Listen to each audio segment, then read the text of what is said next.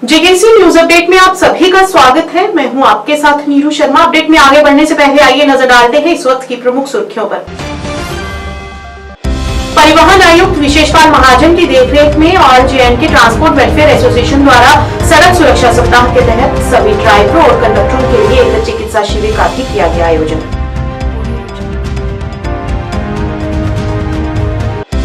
प्रत्येक 3 वर्ष के बाद मंडल चुनाव की प्रक्रिया का किया गया आयोजन, जहां पर जम्मू कश्मीर भाजपा ने जम्मू जिला के मंडल अध्यक्षों की नियुक्ति। जेकेआरसीईए ने कैट डीबी आदेश के आलोक में पदोन्नति में आरक्षण की बहाली की मांग। सरकार से उप समिति की बैठक बुलाने और आरक्षण के मामले में संबंधित सभी मुद्दों को हल करने के लिए कहा। पुंछ जिले के मेडा तहसील के नौरल में फूड पॉइजनिंग के कारण मदरसे के 2 शिक्षक और 14 छात्र अस्पताल में भर्ती।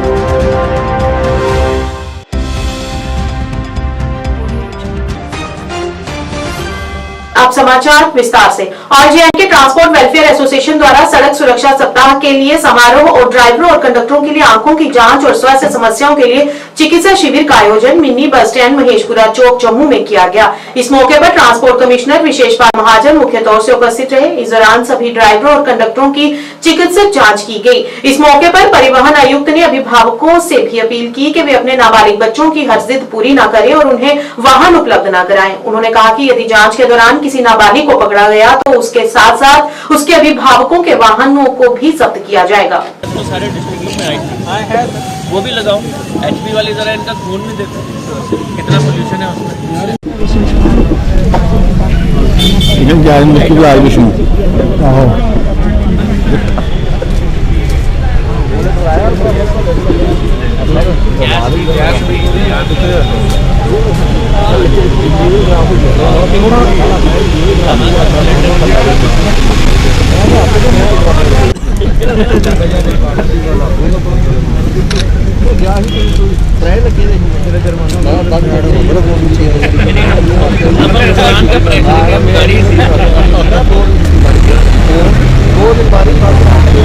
कि जितने भी हमारे ड्राइवर दोस्त हैं उनके कुछ बेसिक जो नॉर्म्स हैं बॉडी के, स्पेशली जो ज़रूरी हैं ड्राइविंग के लिए, उनका एक चेकअप हो जाए और उनको एडवाइस किया जाए। दूसरा ये अवेयरनेस कि आप गाड़ी कैसे चलाएं, ओवरटेकिंग कैसे करें। जब मैं इनसे बात कर रहा था तो आपने देखा ही, मैंने इनको यही रिक्वेस्ट की है कि आप तेज़ी से न भागें। आपने देखा ही होगा मैटाडोर की रेस लगी होती है बहुत बारी सड़कों पे, उससे बचें। आप टाइमली चलें। आप लोगों से जो आपके सवारी है, जो आपका कस्टमर है, उसको अच्छी सर्विस दें तो मुझे लगता है हमारी रोड्स बेटर हो जाएंगे। सर, जम्मू में लगातार सड़क हादसे बढ़ रहे हैं। आपने अभी मल्टीपल रीजन हो सकते हैं, हम उसको एनालाइज कर रहे हैं। हमारी टीम जो है हमने बनाई है। मैं देख रहा था हादसों के स्पॉट्स मैंने वेरीफाई किए, देखे।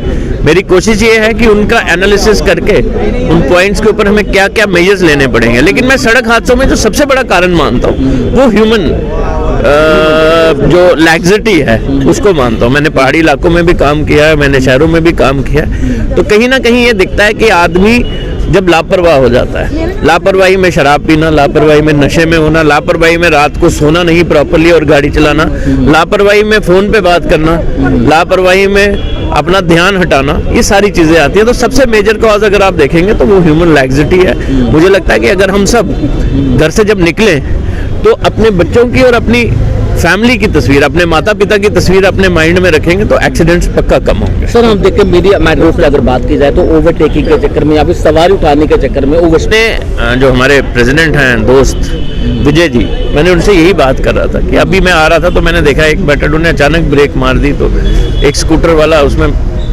भगवान की दया से वो उसमें रैम नहीं किया, लेकिन उसको एकदम रोकना पड़ा। तो ये चीज़ों के बारे में धीरे धीरे हम इनको करेंगे। ये जानते हैं ड्राइवर, लेकिन कभी कभी अंडर डिफरेंट प्रेशर्स ये भागते हैं। हम कोशिश करेंगे कि ये सारी चीज़ों को स्ट्रीमलाइन किया जाए और जो हमारी रोड्स हैं उनको बेहतर बनाया जाए। हमने क्या मैं आपको बताना चाहता हूँ कि मैं जम्मू में ही पला बड़ा हूँ। मैं स्कूल भी जाता था मैटाडोर में, कॉलेज भी जाता था, ट्यूशन पढ़ने भी जाता था, तो मुझे मैटाडोरों का बड़ा एक्सपीरियंस है। कई बार हम मैटाडोर में खड़े होकर जाते थे कि अगर 5 सवारियां तो वो फिक्स हो जाती थी ना, यही मैटाडोर में जाना है। तो वो चीज़ें अब जब आप एज में ग्रो करते हो समझ आती है कि कैसे करना है। तो इन सारी बातों पे चर्चा होगी। वी विल इंश्योर कि आपको ग्राउंड पे चेंज दिखे, बदलाव दिखे, इम्प्रूवमेंट दिखे, लेकिन आप लोगों का साथ जो नागरिक हैं उनका साथ, और सारी एजेंसीज हम जितने भी हैं, चाहे एमवीडी है, चाहे ट्रैफिक पुलिस है, चाहे डिस्ट्रिक्ट पुलिस है, चाहे district administration. Bharatiya Janata party के नियम अनुसार हर 3 साल के बाद मंडल के चुनाव होते हैं और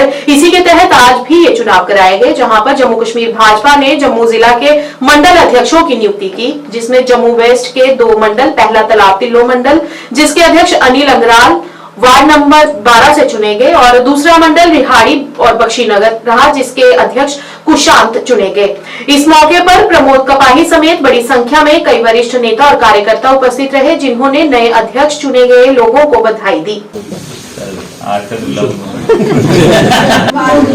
हमारे रिहाड़ी बख्शीनगर में पहले पूर्व मंडल के अध्यक्ष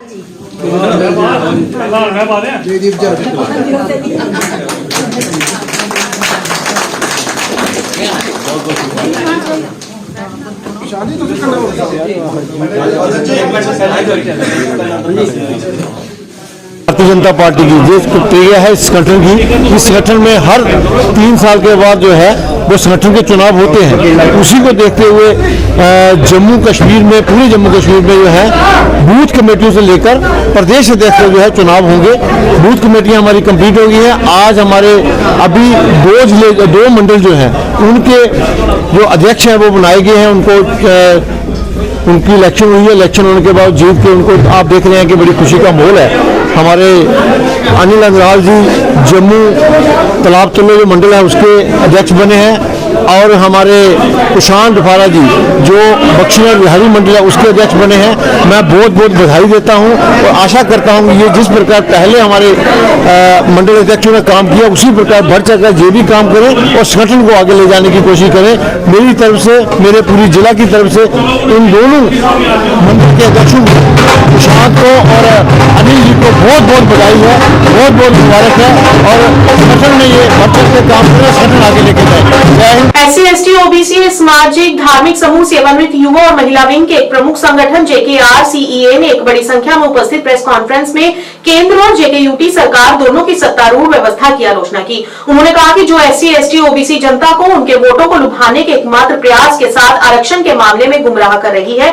चुनाव प्रचार के दौरान उन्होंने कहा कि सभी राजनीतिक दल सबसे बड़े कल्याण घटक यानी कि SC ST OBC के लिए आरक्षण के बारे में नारे लगाते हुए दिखाई दिए, लेकिन भारतीय संविधान में निहित है, लेकिन वोट मिलने और सत्ता में आने के बाद वे इस मुद्दे पर अटक जाते हैं और नौकरशाहों के इशारे पर इस मुद्दे पर भ्रम पैदा करते हैं। उन्होंने कहा कि डॉक्टर फारूक अब्दुल्ला के नेतृत्व वाली नेशनल कॉन्फ्रेंस ने चुनावों से पहले घोषणा की थी कि आरक्षण नीति की समीक्षा की जाएगी तथा किसी भी अन्याय और असंतुलन को ठीक किया जाएगा, लेकिन उन्होंने आरक्षण के मुद्दे की विस्तृत समीक्षा के लिए लगभग 2 महीने पहले एक उप समिति बनाई थी, लेकिन समिति एक बार भी बैठक करने में विफल रही। इस मौके पर उन्होंने सरकार से उप समिति की बैठक बुलाने और आरक्षण के मामले में संबंधित सभी मुद्दों को हल करने के लिए कहा। आज की press conference Jammu Kashmir reserve categories empowerment alliance की ओर से की जा रही है, और आज हम सिर्फ ज़्यादा एक ही मुद्दे पर बात करने वाले हैं कि जो रिसेंटली 17 दिसंबर 2024 को कैट के डिवीज़न बेंच का ऑर्डर आया है कि रिजर्वेशन जो है एज़ पर रोस्टर जो है इनको रिजर्व कैटेगरी जो है और स्पेशली SC एंड ST जो है इनको दी जाएँ, उसी को लेकर के है। हमारे भी यहाँ रिजर्वेशन इन प्रमोशन जो है ये हुआ करती थी, बट अनफॉर्चुनेटली अक्टूबर 2015 में हमारी JNK ऑनरेबल हाई कोर्ट जो है इसने इसे स्ट्रक डाउन किया, और फिर आस्ता आस्ता जहाँ से उस कोलिशन गवर्नमेंट थी किसी ने इसकी पैरवी नहीं की, और हमें मजबूर होकर के we went to the honourable apex court of the country, और वहाँ से हमें इंटरिम स्टे मिला, कंप्लीट स्टे मिला, बट अनफॉर्चुनेटली जहाँ की ब्यूरोक्रेसी जो है उन्होंने मिस इंटरप्रेट करके हमारा काज सबोटाइज किया, उसे इम्प्लीमेंट नहीं होने दिया। सो फिर 1 मार्च 2019 को जहाँ प्रेसिडेंशियल ऑर्डर आ गया, जिसकी वजह से 77th कॉन्स्टिट्यूशनल अमेंडमेंट जो है वो यहाँ एप्लीकेबल होगी। 2 पार्ट में थे, उसमें एक तो 10% reservation for economical weaker section थी, दूसरा restoration of reservation in promotion था। इकोनॉमिकली वीकर सेक्शन का तो ओवरनाइट कर दिया गया, लेकिन हमारा अभी तक जो है ये इन्होंने लटका के रखा हुआ है। अब हमारी restoration of reservation in promotion के लिए हम CM से मिले, गवर्नर से मिले, LG से मिले, बहुत सारे मेमोरेंडम्स हमने दे दिए, और ये जो मौजूदा LG साहब हैं एक बार हमें इनसे भी मिलने का मौका मिला, इन्होंने हमें सुना एंड ही शोड अस कि आप मैं 10 दिन के बाद आपको बुलाऊंगा। अब 2-2.5 साल गुजर गए हैं, उन्होंने अभी तक जो है हमें नहीं बुलाया। और मैं तो ये देखता हूँ कि पता नहीं समझ नहीं लगती कि हमें ये सुनना क्यों नहीं चाहते हैं, हमें टाइम नहीं देते हैं सुनने का।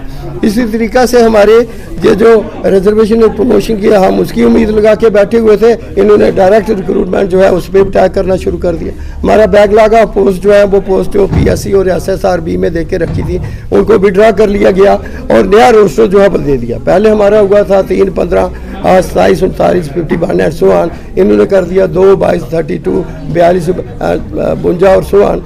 तो ये सारा ज़्यादती हो रही है ये।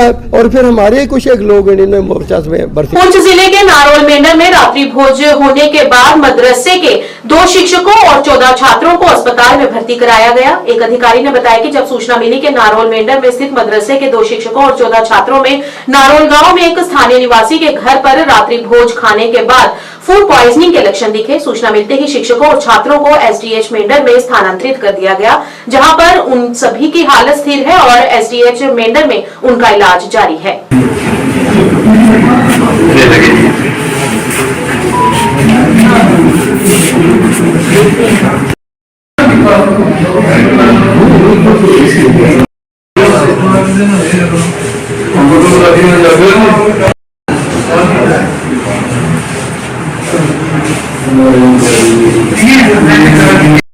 कोई 7 बजे के करीब हमें फ़ोन आया किसी का, यहाँ मदरसे में कुछ लोग हैं, बच्चे हैं, उनको अचानक से वॉमिटिंग हो गई है और काफ़ी प्रॉब्लम हो गई और हमने एम्बुलेंस भेज के उन सबको यहाँ शिफ्ट किया है। ये 60 पर्सन आए हमारे पास, जिनमें से 2 के टीचर्स हैं और 40 स्टूडेंट्स हैं। ये हमने अंडर रखा है, इनको अंडर ट्रीटमेंट है हमारे, स्टेबल है सभी। 3 को ज़्यादा डिहाइड्रेशन थी, बाकी वाले तकरीबन नॉर्मल थे और जो डिहाइड्रेटेड थे अभी हम उनको रिहाइड्रेट कर दिया है। फिलहाल वो स्टेबल है, अंडर ट्रीटमेंट है, अंडर ऑब्जर्वेशन है। हम इनको स्ट्रिक्ट सर्विलेंस में रखेंगे, कहीं को प्रॉब्लम नहीं होनी चाहिए। अनफॉर्चुनेटली कोई अगर सिचुएशन डिटीरिएट होती है, किसी की कंडीशन अगर ख़राब हो जाती है, तो हमारे पास एम्बुलेंस और सारा सिस्टम रेफर के लिए भी इन प्लेस है। हमारे कंसल्टेंट आए हैं, उन्होंने चेक कर लिया है, तो अगर जरूरत पड़ी तो हम हायर फैसिलिटी में भी इनको भेज सकते हैं। नेशनल कॉन्फ्रेंस के नेता इमरान अमीन शाह ने आज मुख्यमंत्री उमर अब्दुल्ला की चेन्नई कला के दौरान कश्मीर में उपलब्ध रहने और पिछले 2 हफ्तों में भारी बर्फबारी के उत्पन्न चुनौतियों के लिए प्रशासन की प्रक्रिया की बारीकी से निगरानी करने के लिए प्रशंसा की। अनंतनाग के दुनीपावा और जनरल बस स्टैंड क्षेत्रों में अपने दौरे के दौरान इमरान अमीन शाह ने कहा कि सीएम उमर अब्दुल्ला के नेतृत्व में प्रशासन ने स्थिति पर प्रभावी ढंग से प्रतिक्रिया दी और समय के भीतर आवश्यक सेवाओं को बहाल किया गया। अनंतनाग के विभिन्न क्षेत्रों के अपने दौरे के दौरान उन्होंने लोगों को क्षेत्र में समग्र विकास, बेहतर बुनियादी ढांचे, बेहतर सार्वजनिक सुविधा और पारदर्शी शासन का आश्वासन दिया।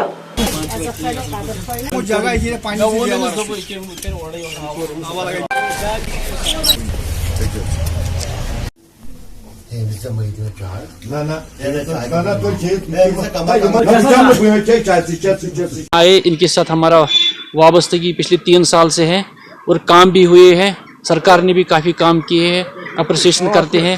और ऑनरेबल चीफ मिनिस्टर साहब की डायरेक्शन पे सारा जो डिस्ट्रिक्ट एडमिनिस्ट्रेशन है मुतहरिक है, काम कर रहे हैं, लगन से काम कर रहे हैं।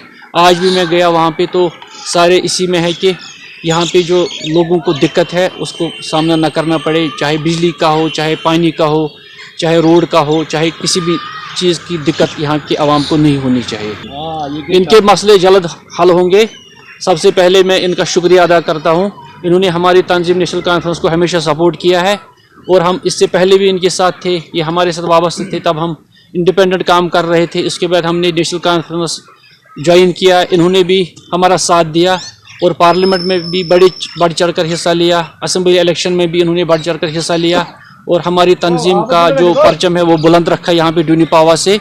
और इनको हम आपकी वसादत से यकीन दिलाते हैं कि इनके जो भी जायज़ मुतालबात होंगे वो पूरे किए जाएंगे।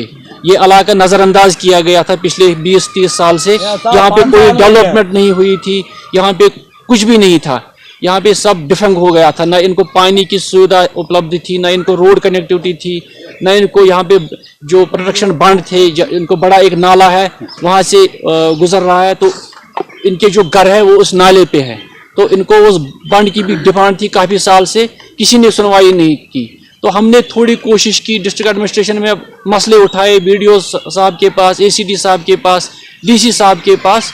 तो हमने अब हमारी हुकूमत भी इंशाल्लाह इनके जो जायज़ मुतालबात होंगे तो वो फुलफिल किए जाएंगे, पूरे किए जाएंगे। सर्दियों की छुट्टियों के बाद स्कूल अब खुल गए हैं, लेकिन सर्दी का कहर अभी भी जारी है। स्कूलों के खुलने पर छोटे छोटे बच्चे स्कूल जाने को तैयार हैं, लेकिन वहीं बात करें सर्दी की तो वह अब अपना असली रूप बता रही है। यानी कि वास्तविक रूप से सर्दियों की शुरुआत अब से हुई है, जहां घना कोहरा हर ओर छाया हुआ है और शीतलहर भी जोरों पर है। कई वरिष्ठ लोगों ने सरकार से अपील करते हुए स्कूलों को पुनः बंद करने की गुहार लगाई, ताकि बच्चों की सेहत पर इसका प्रभाव न पड़े।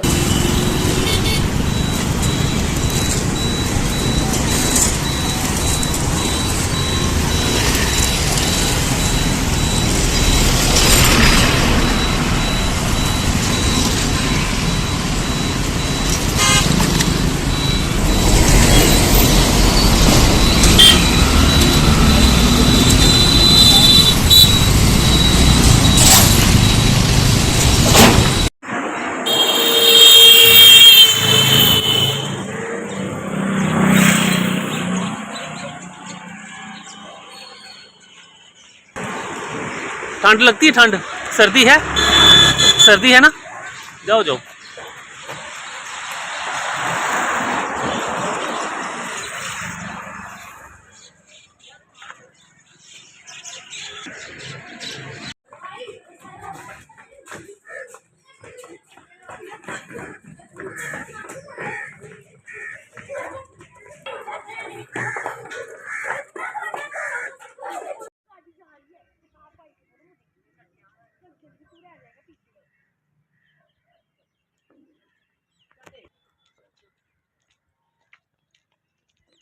इसके लिए मैं यही कहूँगा कि ये इतना कोहरा पड़ रहा है, इतनी सर्दी है, जो जंग धूप है या मुझे आदमी अब वो भी बाहर नहीं निकल पा रहे हैं। तो इतनी धुंध में जो छोटे बच्चे हैं स्कूल जाते हैं उनके लिए बहुत मुश्किल है।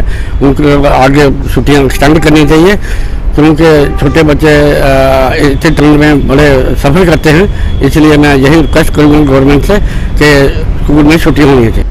अब छोटे बच्चे जो हैं उनका जाना स्कूल में बहुत मुश्किल है, क्योंकि छोटे बच्चे ठंड को बर्दाश्त नहीं कर सकते हैं। तो हम समझते हैं कि ये स्कूल जो छोटे बच्चों के जो लगे हुए हैं, इनको कम से कम थोड़े दिन ठंड को देखते हुए, इतनी भयानक ठंड है, इसको देखते हुए कुछ दिन छुट्टी जो इनकी बच्चों की बढ़ानी चाहिए। अगर इस ठंड में जाते रहेंगे वो, तो फिर और बीमार होने का खतरा है। यहाँ तो बच्चों की तो बात ही नहीं है, बड़े लोग जो हैं वो भी इस ठंड से बीमार हो रहे हैं, नौजवान बीमार हो रहे हैं, बूढ़े भी बीमार हो रहे हैं। पर ख़ासकर बच्चे जो है ये हमारे प्रॉपर्टी है, तो इनको बचाना हमारा जो है वो फ़र्ज़ है। इनको ठंड से बचाना चाहिए। मैं समझता हूँ कि इनके जो स्कूल लगे, मैं फिर ये दोहराता हूँ कि जो स्कूल इनके खुल गए हैं, लगा दिए हैं दोबारा, एडमिनिस्ट्रेशन को चाहिए कि थोड़ा सा ठंड को देखते हुए इनको फिर थोड़ी सी छुट्टी इनकी बढ़ानी चाहिए, ताकि ये बीमार ना हों और हमारी प्रॉपर्टी जो है, आने वाली जो हमारी प्रॉपर्टी है, ये बच सके। देखिए, हम ठंड से बचा कर रहे हैं, कोई ब्लोअर को लगा रहा है, कोई हीटर का प्रयोग कर रहा है घर में बैठ कर के, वो गर्म कपड़े पहन रहे हैं, तो इससे ही हमारा बचाव हो सकता है। इसी से बुज़ुर्गों का बचाव हो सकता है। कोई बाहर अंदर ना जाएं, अपनी मूवमेंट जो है वो रिस्ट्रिक्ट करें और घर बैठें, ये इसी से बचाव होगा, और तो कोई साधन नहीं है। धूप भी निकल नहीं रही है कि वो धूप में बैठें, और जब धूप निकलती है तो उनको धूप में बैठना चाहिए। उपमंडल मजिस्ट्रेट सुरनकोट मोहम्मद फारूक नजाकी ने आज गणतंत्र दिवस की तैयारियों को अंतिम रूप देने के लिए उपमंडल सुरनकोट के सभी तहसील और सेक्टर अधिकारियों की समीक्षा बैठक की और उन्हें यहां पर हर जरूरी दिशा में काम करने और सुरक्षा उपायों को ध्यान में रखते हुए जरूरी निर्देश दिए। ठीक है बेनू साहब, आप कुछ पीडीडी और पीएमजीएसवाई, पीडीडी से कोई नहीं आया, आप लेट आए।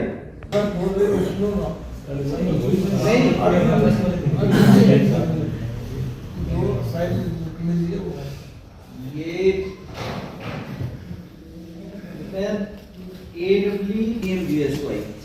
तीसरा कौन था?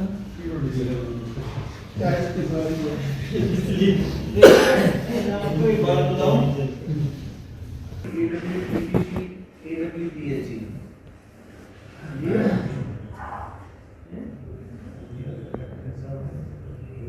की मीटिंग 26 जनवरी रिपब्लिक डे के सिलसिले में मुनक्किद की गई है। तो इसमें पहले हम अटेंडेंस देख लेंगे कि हर एक डिपार्टमेंट से उनका ऑफिसरान प्रेजेंट हैं कि नहीं। पुलिस की तरफ